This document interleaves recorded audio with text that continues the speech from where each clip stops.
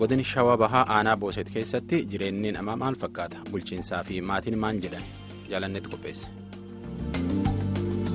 godina shawaa bahaa aanaa booset keessatti mana namaa marsanii dhukaasa banuun nama qabuun maatii guutuu hidhuun waan baratamaa dhufedhaa jedhu jiraattonni dargaggoota funaananii hidhuunis itti fufuusaa dubbatu. waraanni biyyaa namootii qaba immoo battalumatti iddoo biraatti dabarsaa jedhu jiraataan maqaan isaanii ifatti akka hin ibsamne gaafatan tokko. humna waraanaa kana loltoota isaanii kana isaantu marsee aga makiina afuriitiin nama 100 oliin ta'anii makalaakalaa kana itti fe'anii mana namaa marsanii dhukaasa bananii inni harkaa baase kaatee ba'ee isheen tasaasan naan. Namicha abbaa mana sanaa maqaasaa beektaa? Abbaa warraa abbaan mana sanii Abdiisaa Shuumii jedhama. Qotee bulaadha. Haadha warraa maqaa ishiin beeku sabachaan beekaa inni akkasitti jalaa beeraa ishiin immoo mana akimiichi. Xiyyitiin keechaan baane keechatti haftee gasaasuma itti manatti toltumaniituma dhaanyi. Gasaan isa ari'uudhaaf deemaniin boodatti immoo ka'anii uummanni naannoo sanii kan sodaachatti oolii ka'anii fuudhanii deemanii mana yaalatiin wal'aansasee.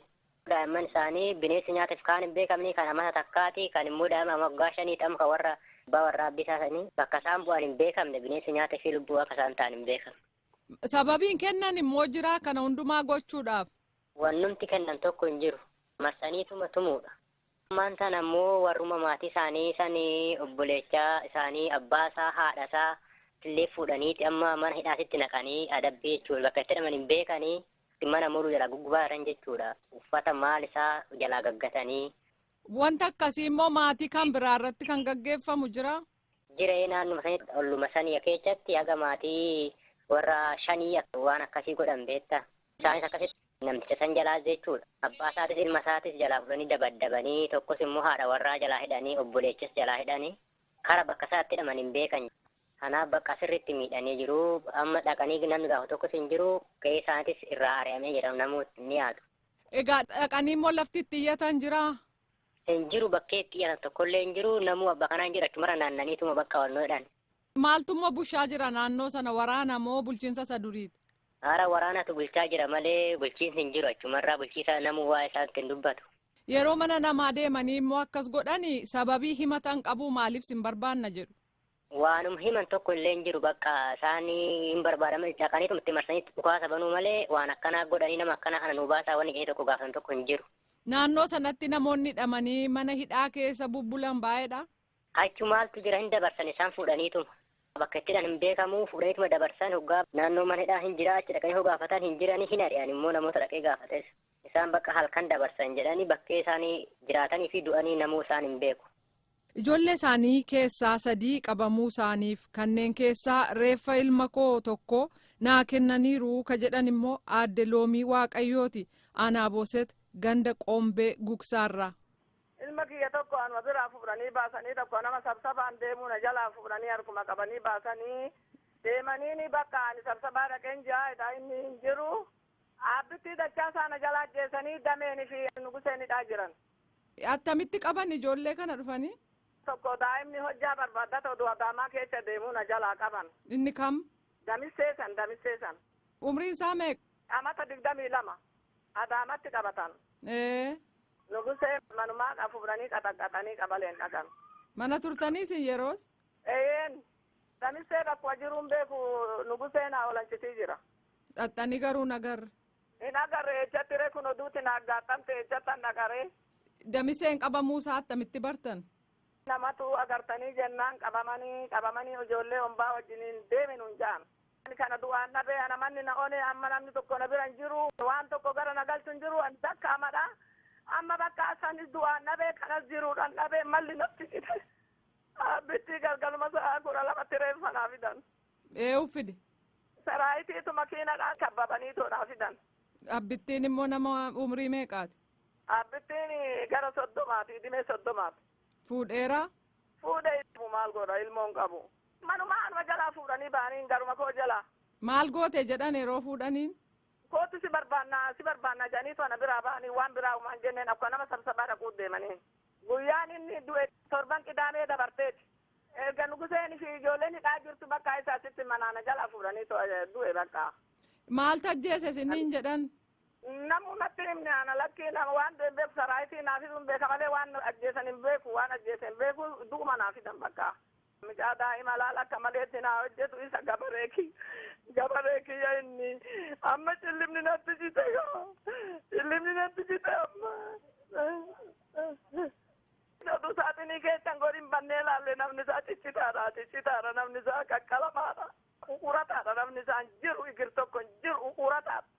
Saaxinii keessa kaa'anii fidan moo akkumatti fidan? Lakki akkanumatti mataa baraadhaan maranii naa fidan. Dhiiga qabaa dhannisaa? Dhiiga qaba dhiigni keessaa yaa afaanii funyaanii yaa. Yooma awwaaltan? Sanbata guddaa torban dabarteeti. Ijoollee kan biraa qabdu? Ijoollee biraa maalan qabaree tokko bichaa na hambisanii bakka dabadabamtee baate kan na dhoortu hin jirtu kan hafte takka ishiin uleedhaan daaffechanii galchanii. Isaanis qabamanii turanii? Isa sana jalaa qabanii daaffechanii naa galchanii inni dhukkuba xabala dhuguu deemee hin dhibama. Maal gootan ittiin jedhu immoo? Maalan beekaa ani waan kana natti buuse kana maalan beekaa haadhatiyya maalin beekaa yaa ilmootoo maalan beekaa. Abbaa warraa qabduusin? Nan qaba innis dadhabaadha hunduu dadhabaadha ijoolleen nu xooranu. Isin nama umrii meeqaa taatu? Ani 65 amma idimeen koo. Isaanoo abbaa warraa? 74. Ammatu mootummaa dura dhiyaattanii maal jechuu barbaaddu? Kan du'e dhabee kan ma jiru san gannaa dhiisadha maaloo cillimni natti cite silaa kan du'e boolloo keechaan galuu kan ma jire son gannaa dhiisadha ani isin jaaduun isin argadhe.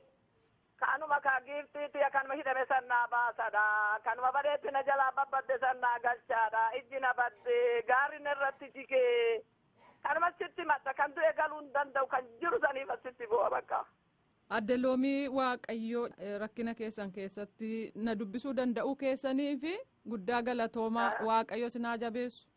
Amiin giiftiiti kanuma hidhamte sana daraa ijji na badde amma rakkadhe yaatiruuti ishee haadhati. Waa'ee hidhaaf ajjeechaa jiraattonni mataa jiranii bulchaa aanaa Boosat ka ta'an obbo Aliyyii Jaarraa gaafatamanii.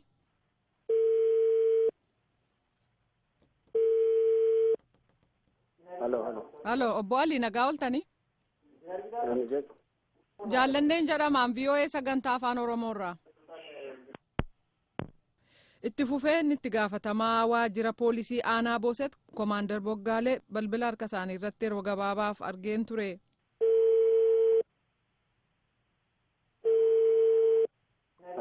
Attam ooltan? Nagaa Waaqayyo galan nagaadha. Jaallanneen jedhamaan VOA sagantaa afaan Oromoorraa. VOA sagantaa afaan Oromoorraa. Jiraattotaan dubbisee ture dubartii mucaansee jalaa ajjeefame abbitti kan jedhamuun dubbisee ijoolleen koo lama Damiseef Nuguseen hidhamanii lafa jiran hin beennu abbitti reeffa isaanaa kennanii awwaaleera jedhu sababa du'asaa.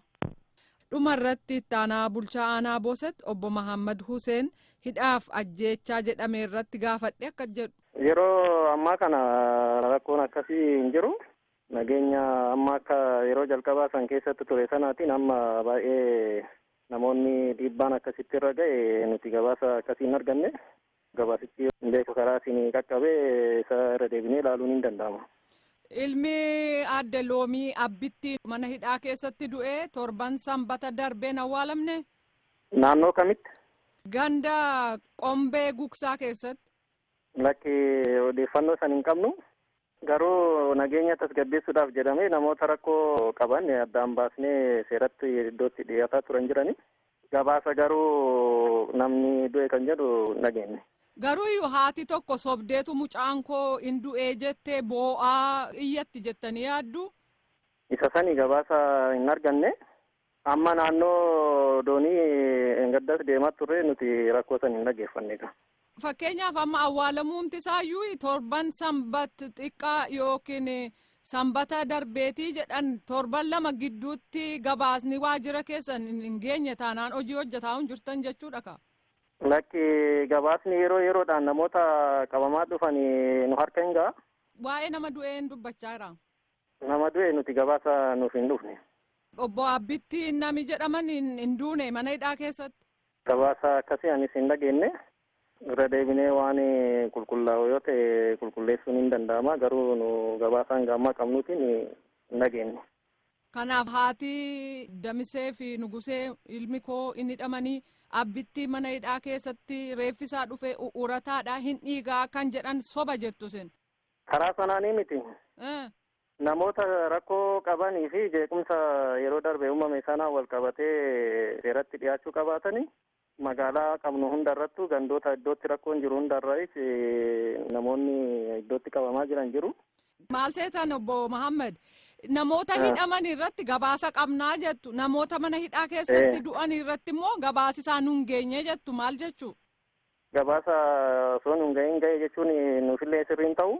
Haalli ture nuti gabaasa harkaa qabnutiin kanuma kan harkaa qabnu. Gabaasi yoo bubbule hammam ture singaa?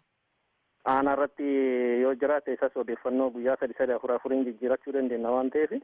Maarree duuti nama kanaa immoo guyyaa 10 yoo darbee torbansaa sanbata xiqqaadheen gaddaati. Ni qulqulleessina waan ammaatti jette kana laallee qulqulleessina. Akka kiyyaatti hin beeku yoo qaamni biraa beeka hin beekne. Kanumaaniin kanarraaf jedhe xumura gaa dhaggeeffatoota keenya an jaallannee gammadaati nagaatti.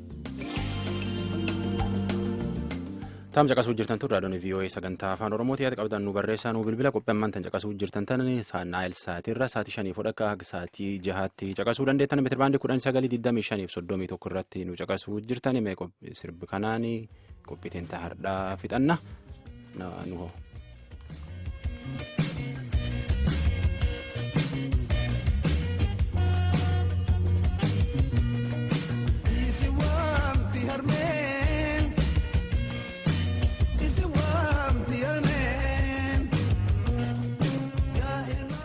Ajalam qophiin tiin tahardhaa tanuma qophii boriitiin wal agarra sagantaa afaan Amaaraa jalqaba suniin duratti ammoo nu waliin tura.